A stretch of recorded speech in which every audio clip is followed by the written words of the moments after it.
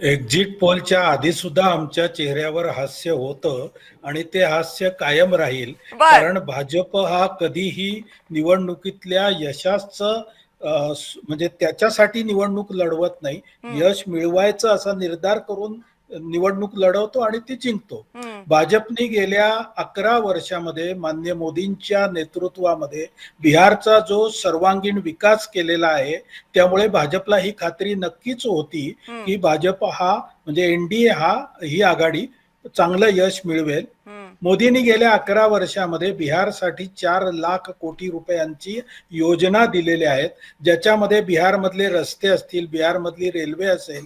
रेल्वेचं जर आपण उदाहरण घेतलं तर 2009 ते 2014 या युपीएच्या काळामध्ये बिहार मधल्या रेल्वेवरती फक्त 1100 कोटी रुपये खर्च झाले. हम्म. त्याच्या तुलनेमध्ये भाजपने 25-26 या वर्षासाठी बिहार या एका राज्यातल्या रेल्वेच्या विकासासाठी 10,006 कोटी रुपये एवढे खर्च केलेले, तेवढं बजेट दिलेलं आहे. या स्केलचा विकास बिहारचा झालेला आहे. हम्म. त्यामुळे बिहारची जनता ही भाजपच्या बरोबर एनडीएच्या बरोबर राहील.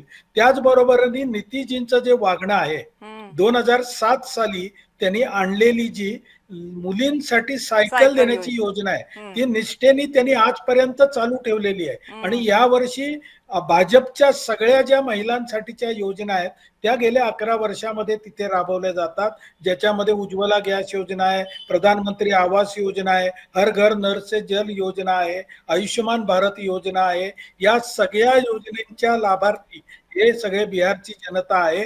बिहारच्या जनतेमधल्या 70 लाख शेतकऱ्यांना आपण प्रधानमंत्री हम्म. जी सन्मान योजना आहे त्याचा फायदा मिळतो. आणि अशा सगळ्या योजनांमुळे बिहारची जनता ठीक. ही भाजपकडे, एनडीएकडे सुशासन पर्वासाठी पाहते. हम्म. त्यामुळे आपल्याला विजय मिळेल हा एनडीएला विश्वास होता आणि त्याच विश्वासाने आजही एनडीए हसते.